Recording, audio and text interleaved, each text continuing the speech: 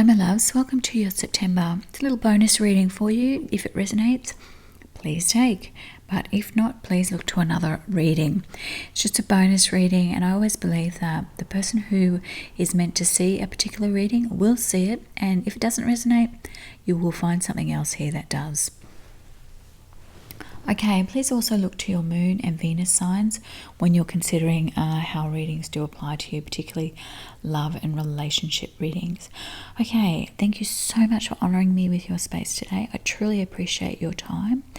And let's begin by blessing this space and going straight into this reading for you, my loves. Okay, now I'm going to begin this reading with an oracle card draw just to tap into that energy.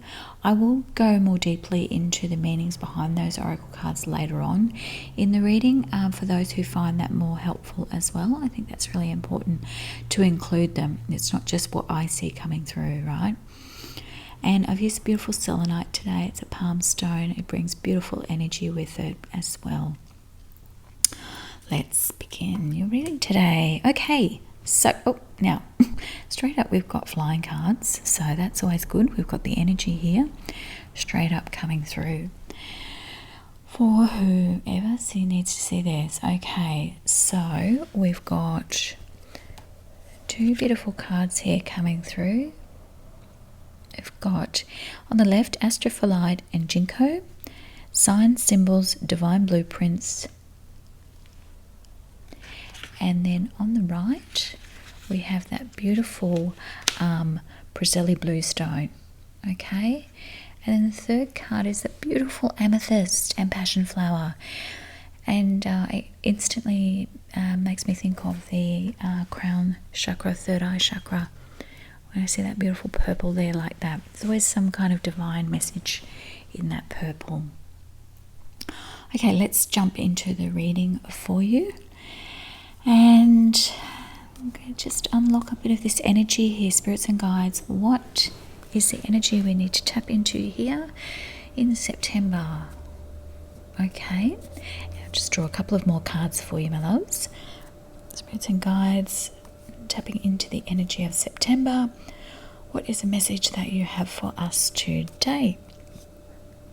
Okay, we've got one more and another card there. Okay. So, let's have a look. Okay, so first card here is the Seven of Wands.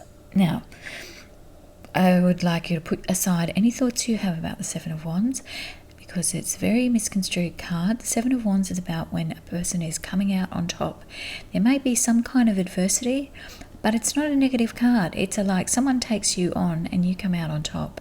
And you've got there the Six of Pentacles, which reconfirms that. The Six of Pentacles is about you receiving and, you know, you can be the giver, but I see this coupled with that Seven of Wands energy straight away that you are about to receive some kind of bounty here.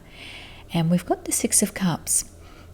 I'm going to say when I see this card, my thoughts coming through from spirits and guides is about how are you framing things from the past?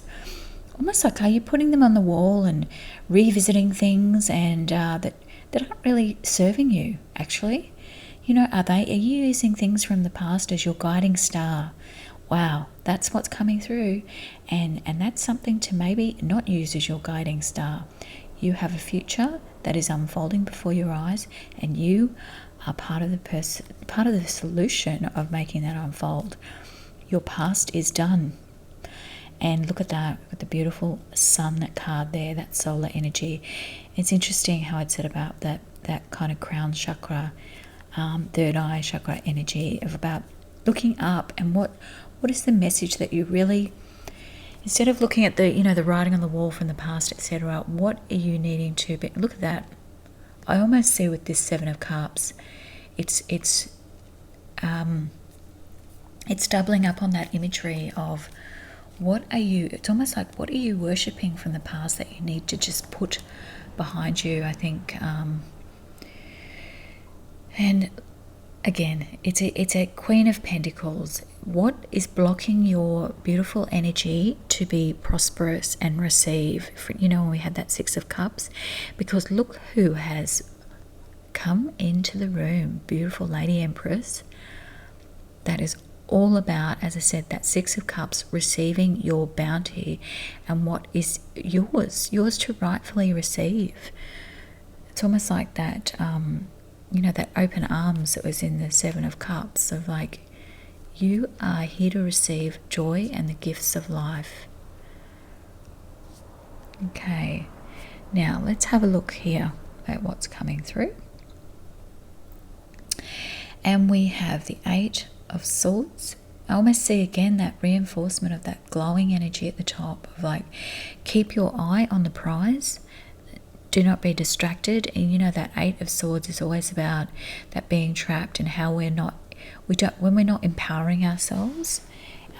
Really hard message to receive sometimes, that we can sometimes be the very people that entrap ourselves with our own preconceived ideas. And then we have here the Seven of Swords. And you know what comes here is, don't betray yourself here. It's almost like with that Six of Cups energy, you know, tapping into the past too much, you're betraying what is your bounty to receive. Now let's have a look at these oracle cards for you, my loves. We've got the Amethyst and Passion Flower. And the Amethyst again is just reinforcing that chakra, crown chakra, transmuting, breaking addictions and your nervous system. Okay, so Amethyst medicine wants you to dig deep through all the parts of you to help you transmute any blockages due to negative and lower densities in your life bodies. It burns it up with its violet ray, turning them into something positive. It's calming energy that moves in waves to wrap you in its violet glow. It holds the frequency of violet flame and is an intense fire that wishes to burn through all of the layers and storms and push those things aside so you can rise to a higher vibration. It cleanses you in your space. Passion Flower. When working with amethyst energy for this card, the gifts of your crown of passion flowers, ask it to be paired with its energy to complement your healing. And passion flowers are really beautiful. They kind of have that real energy around them. Yeah, it's a beautiful card to receive. Okay, Astrophyllite and Ginkgo, signs, symbols, divine blueprints. I wonder what you see when you look at this card. It's just, the imagery on it is really, draws you in. Astrophyllite star-like energy comes to you as an activator, opening the crown and working with many subtle energy nodes in the crown that extend up to the stellar gateway. Through this stone, you commune with your star families and draw them close. You may be going through a restful period of integration and healing, or maybe you are stuck in a rut and can't move forward as fast as you want to. This crystal has come to tell you it's time to wake up. You have work to do with your stellar guides. No more living in the slow lane. This period requires accelerated connection to everything around you. Astrophyllite helps you access the records of all. One of the first words it spoke is honesty. And then we have Priscilla Blue Stone. This stone brings strong connection to the many unseen worlds of inner earth. The inner earth that is connected to the Druids and the Celts. It brings a deep connection to the Elven kingdoms to support you and a group of stone beings called the Ulwen. Priscilla Blue Stone is a very earthy energy, bringing electromagnetic charge to the anchor at your core, and to anchor you to the core of the earth through your spiritual work. Its principal guardian is Merlin. It is called the musical stone because of its acoustic qualities. Priscilla Blue Stone comes forward to help you to bring harmony to your heart's song. Perhaps you have been knocked off balance recently, been uprooted or feel ungrounded. Its connection to the earth is what you need right now. And the stone is full of primordial ancient energy. It teaches you the ways of your ancestors, helping you to link with any of your Celtic or ancient Egyptian origins. Holding it or imagining you are standing within the stone circle on the card whilst holding intention balances you. And I really feel that with your cards here, it is asking you to really go within and consider what you might need from a guidance, from a spiritual place. Getting a real energy coming through here at the moment too. Like there's several like questions happening in the background that are coming through. So let's have a look at these other cards here.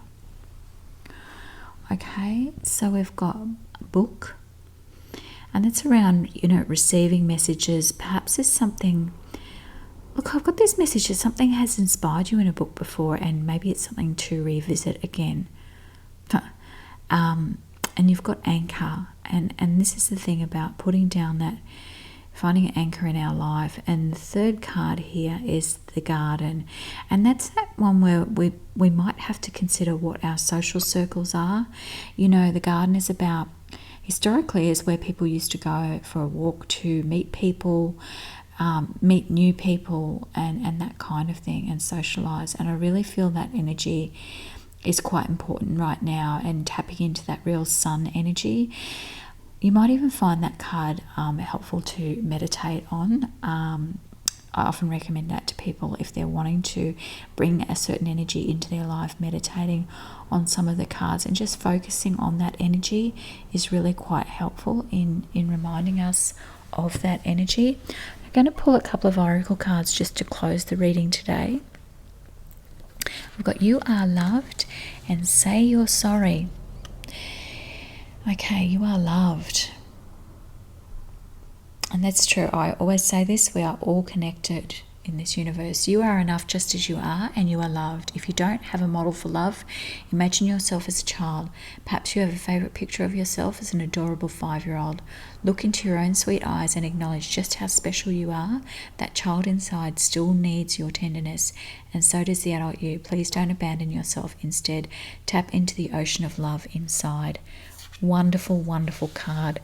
I almost see that as connecting with that Six of Cups energy too. You know, we can hold on to those hurts and past from the past, and it's important to deal with those things. Say you're sorry. Are you carrying around regret? Is there a relationship that needs healing but you just don't know what to say? Give your pride a rest and simply start with I'm sorry. Take responsibility and acknowledge your role in the situation. Apologize for them and for you. Let it go and be very proud of yourself. Making amends isn't easy, but it's a huge step forward in your spiritual path. Bravo.